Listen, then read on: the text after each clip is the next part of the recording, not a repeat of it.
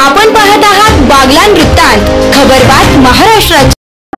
देवळा पंचायत समितीच्या हलगर्जीपणामुळे ग्रामपंचायत कर्मचाऱ्यांचे माहे ऑक्टोबर 2024 वेतन अदा न झाल्याने कर्मचाऱ्यांवरती उपासमारीची वेळ आली आहे।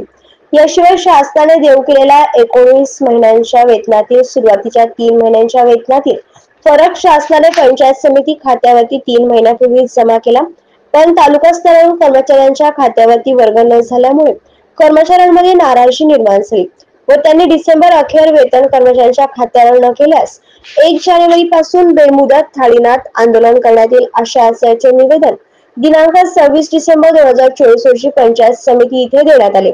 त्या अनुषंगाने दिनांक 1 डिसेंबर रोजी तालुक्यातील 42 ग्रामपंचायतीच्या कर्मचाऱ्यांनी एकत्र येऊन छत्रपती शिवाजी महाराज यांना अभिवादन करून पंचायत समिती कार्यालयापर्यंत थाळीनाथ फेरी काढली।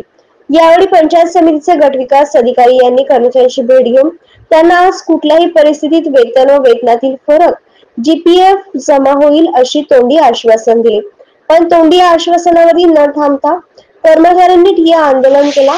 आंदोलनाची तीव्रता लक्षात घेता गट विकास अधिकारी यांनी स्वतः लक्ष देऊन कर्मचाऱ्यांचे वेतन तासाभरात कर्मचाऱ्यांच्या खात्यावर जमा केले।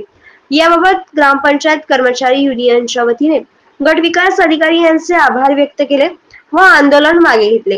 यावेळी देवळा तालुक्यातील ग्रामपंचायत कर्मचारी व संघटनेचे पदाधिकारी, तालुका पदाधिकारी व कर्मचारी उपस्थित होते। बागलाण वृत्तांतासाठी विभागीय संपादक मनोज वैद्यसह विनायक इनामदार।